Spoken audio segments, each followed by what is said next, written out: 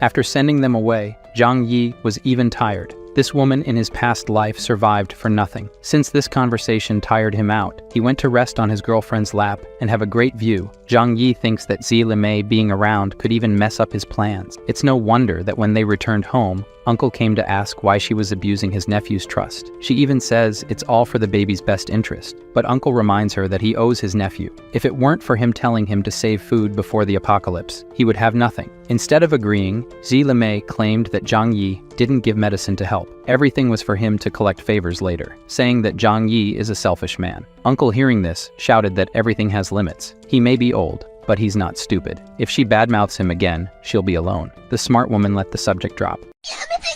The following morning, people from another building dug a tunnel under the snow to Zhang Yi's building. Everyone they encountered was seen as enemies, and the first unlucky one received a single shot and flipped over. They were aware of the sturdy door and brought dynamite to open it. One of them lit it, ran, and the damage from the explosion was done. The absurd noise of this explosion woke Zhang Yi up, and he quickly went to check what was happening. Through the cameras, he saw construction workers who lived nearby. They came to check, certain that the explosion would destroy the door, but nothing happened. Angry at this attempt to take what he had, Zhang Yi retaliated maliciously. A grenade simply solved their cold problem. After warming them all up, Zhang Yi used his Glock and put several to sleep. His bullets were running out because his ballistic supplies were few, and this confirmed to him that people from other buildings must know about his stockpile and are coming after it too. These explosions and shots left our lovely doctor frightened. After all, there's only one place in the world where it's normal to hear these noises every day. Embarrassed, she disguised it and went to do her job. Now it was clear to Zhang Yi that he should take action. In the residents group, everyone was asking about the noise from before. Zhang Yi, smart as always, said it was residents from another building who tried to blow up his house and were soon going to rob the others, but he kicked them out of the building and some from this life. Everyone thanked Zhang Yi for this. He called his uncle to get more information. This group that came now is from building 26 and is led by someone named Huang Tianfang. The uncle's information is that he did the same thing Chen Zheng did in this building, overturned the residents, took control of the place, and also stole food. Zhang Yi made it clear to his uncle that he overturned many, so they will come back for revenge and try something. So they must unite the neighboring residents and defend themselves. Then, speaking only with Jokir, Zhang Yi said that the neighbors, if given the chance, will stab him in the back. She must take on the mission of gathering information about the other buildings groups together with Uncle Yu. Only 2 days passed, and now she was dressed as a maid and reporting everything her intelligence service found out. Stop looking in the wrong place and pay attention. Jokir explains that the strongest groups dominating the neighborhood are the group from building 26 that came here 2 days ago, and another group from building 21. Still, a group from 2 other buildings must have strength, but they haven't done anything yet. With just this, Zhang Yi deduced that the residents of the other buildings have already turned on each other instead of uniting and are no longer a threat. Grateful for the good work, he tells her to continue collecting information, and for some reason, she blushes, perhaps thinking something else would happen. The same group from building 26 returned to the building, and this time they started overturning people from the other apartments in the building and left the message that until Zhang Yi leaves, all the building's residents will die. Soon, this news spread and disrupted our couple's exercise. The building's residents were demanding that Zhang Yi take action. Seeing this, that anger returned. He sent texts and audio messages saying that everyone's life means nothing to him, and they must defend themselves alone. Shortly after, Zhang Yi called his uncle, saying that now it's his turn to shine. In the building group, he said that the gang from building 26 is only 20 people. If they join forces, they can fight against them. Speaking, everyone agreed that they had to do it. He also said in the chat that he hasn't been eating well for days. The only one who is young, strong, and well-fed is Zhang Yi. He is the only one with the strength to lead everyone. With this, Zhang Yi sent a message in the chat that he can help everyone face the rival building as long as everyone follows his orders. Everyone said they accept following orders that don't endanger their lives. Calm in his home, eating better than us. Zhang Yi says they'll have to take the risks. Yes. Otherwise, they should just wait for the group from building 26 to come and kill everyone. With Uncle Yu on one side encouraging them to agree to follow Zhang Yi, they accepted to obey. To motivate the hungry, he mentioned that there are vehicles that can travel outside in the snow. If they confront the group from building 26, he can fetch food for them. All the neighbors agreed to obey everything, even the most dangerous things, hoping not to be killed by the neighbors, and mainly to gain food. Now everyone agrees to put Zhang Yi as the leader of the building. Now that everyone sees him as a savior, Zhang Yi will make his first exploration outside. With his special cold vests and clothes, he won't have any problems. When Jokir was about to say she would go with him, Zhang Yi said no. She should never leave the apartment, and he trusts her 100% to stay here without him. But as soon as he leaves, the scoundrel snaps his fingers and makes all the supplies in the apartment disappear. He descends to the 4th floor of the building, and through a window there, he manages to jump outside. So, the snow is already 4 stories high. Anyone who tries to walk here, ignoring the cold, would sink into the snow somewhere and perish. Fortunately, he had stored a snowmobile in his dimensional space. Someone in one of the buildings saw the scene. I don't know if they saw him pulling a snowmobile out of nowhere or just saw him riding it. Sometime later, he reached where he wanted to go, the Tianhui City Police Station. Breaking the glass, he entered without difficulty. His goal is to get more weapons and ammunition. Deeper into the police station, he found the officers on duty, without warm clothes or heaters. The first night of freezing was the last for them. Zhang Yi shows his respect for the officers and says they were once the heroes who protected the city. As he covers the bodies, he finds the keys to the place. With them, he can open everything here, even the weapons room. Upon entering the place, it's heaven for many people. There are all kinds of weapons and ammunition to choose from. He just put everything into his dimensional loot space. Zhang Yi says that now he needs to get food for his cannon fodder. He returns to his snowmobile and walks to where the shopping mall should be. Digging into the ground, he found the ceiling of the place. Breaking the glass and walking through the place, he stole everything that could be useful. In the supermarket, all the fruits were frozen solid by the cold, as were the meats, but this would serve those who don't even have land to eat. He threw into the bags what could be salvaged and returned to his snowmobile. Upon returning to his building, the leader of Building 26, watching him manage to go out and get food, was green with envy and eager to steal that snowmobile. Furthermore, all the residents of the building who heard the noise of the snowmobile also saw it. Uncle Yu saw that his nephew managed to return with more food. He was delighted. Zhang Yi made it clear to everyone that it was extremely difficult to go outside in such cold weather and find food buried in the snow. Uncle Yu shouted, calling Zhang Yi a hero. With this spoiled food and the gun in hand, he ordered that everyone who chooses to take food must be ready to obey his orders. The residents of Building 26, as expected, came after, saying to hand over the food or their lives. His first order was that right now, they will steal their food, go there and eliminate them. Everyone who makes a kill will receive food for 5 days. Just hearing that they could get 5 days worth of food, everyone went crazy and attacked the gang member from Building 26. They couldn't understand how the weak and fearful people suddenly went so crazy. They were overwhelmed. Zhang Yi and his fiancée watched everyone defeat the enemies and celebrate their victory. Some who survived fled back to Building 26. And the wounded on our side, Zhou Qi knew she could save them, but she knew she would need to spend medicines and food just out of kindness. She also gave up because she knew Zhang Yi wouldn't allow it. I ask here now, do you think Zhang Yi is a villain or just an anti-hero or, I don't know, just does what it takes to survive? Because from now on, he starts to use all people in a very cunning way. He gathers everyone and congratulates them. Those who were MVP and had the most kills received their bonuses. This was premeditated to encourage everyone to strive for him. One by one, they obeyed the guy with a gun in hand and owner of the food. No one had happiness on their faces. But when it was the turn of someone Zhang Yi saw slacking off, he scorned and kicked a candy to him. He complained that this wasn't fair because he would only receive that. Zhang Yi questioned if he had the courage to complain still. The guy did nothing and just stayed behind, shouting and attacking. Those who received less food and were sad are now happy to know that there are worse off people. Trying to argue, Xu Hao said there were many people fighting and he couldn't find a way to join the fight. Zhang Yi made it clear he didn't care. Only results matter. Angrily, Xu Hao insisted that Zhang Yi was treating him specially. So Zhang Yi gave the order and 2 neighbors held the discontented guy. He just shouted, asking what happens to those who disobey the boss's orders. After making it clears what happens to those who complain, the guy taken as an example had the candy in his hand. Zhang Yi stepped on it, grabbed the candy and the poor guy's hair, and made it clear that work equals food. No work equals no food. He ordered Zhou Qi to store the rest of the supplies, since everyone had taken their shares. In the middle of the crowd, he heard a familiar voice. Fang Yuqing and her bloodsucker friend were dragging themselves underneath. They said they hadn't gotten their food yet, and if Big Brother Zhang Yi hadn't forgotten about them, Zhang Yi, humble as always, said he hadn't forgotten about them. Zhou Qi stored the food, because there wasn't enough for the 2 of them. Fang Yuqing, crying, asked why he didn't like her anymore after all these years. With a slap, he told her to get away. He never liked her, and is now engaged to the wonderful Zhou Qi. One of the women said that she was a gold-digging slut. Zhang Yi agreed, saying she always deceived rich boys to take their money. The guy who had just been humiliated said she had used him many times before. Then the other men said that if they had known she was selling herself before the apocalypse, they would have taken advantage too. After being humiliated so much, she fled. For some reason, 2 men grabbed the bloodsucker friend and dragged her somewhere else. By their expression and covering her mouth, I imagine they went to feed her. For her, Xu Hao, for telling about Fang Yuqing, received something better to eat, and now swore he would do better for the master. After the show, show, Zhang Yi began to organize the building's fortification. In the building, there are 47 people in total. Now, excluding Zhang Yi, Zhou Qi, Uncle Yu, and his wife, Shi Mei, the people form 6 groups of 7 people each and take turns guarding the building's stairs 24 hours a day. When enemies arrive, they should shout, make noise, and alert everyone. Uncle Yu, being a former army veteran, will organize all the groups. Back in the comfort of home, Zhang Yi was studying something, and Zhou Qi asked, if it starts to snow now, what will happen? As he took his weapons out of the dimensional loot storage, he said, they're in winter. They'll be stuck for at least a month until the snow melts. Besides, in the apocalypse, the biggest danger isn't the weather, but people. Now, with this weapon, he has a chance to fight enemies without leaving home. He noticed through the scope of the weapon that some people were heading to the garage of his building. They're definitely going after the snowmobile that Zhang Yi pretends to leave there, but actually puts in the loot storage. Uncle Yu called Zhang Yi saying the defense team was properly organized and asking not to take seriously what Shi Mei said last time they went to get medicine. She's a chatterbox after all. Zhang Yi said he didn't care, but asked if Uncle wanted to raise someone else's child. In difficult times, strong men are very valuable, and he could get any woman he wanted. But realizing Uncle's discomfort, Zhang Yi said Shi Mei is also a good woman, and if that's the case, he should knock her up too. However, Uncle said that in an apocalypse, one shouldn't think about that, and now he'll go back to work. Zhang Yi told Zhou Qi that these matters of children should be thought about calmly. In the tunnel they dug, some people from Building 26 came back secretly, planning to make hidden thefts. The first of them almost got a beating. The guard shouted enemy attack, and a brawl started on the stairs. The group from Building 26 didn't count on the fact that now Zhang Yi's building was so well protected, and the survivors fled. Outside, enjoying the good life, Zhang Yi saw the enemies fleeing and said he was really in the mood to shoot some, taking his WAP from the loot storage. Through the scope, he could see perfectly, with an absurd calmness, even knowing the result of pulling the trigger. One of the fugitives got a shot right in the head, and the others, realizing what it was, ran even more frantically. Thank you for watching. Don't forget to subscribe to the channel so you don't miss out on upcoming videos. Leave a like if you enjoyed it and share with your friends. See you in the next video.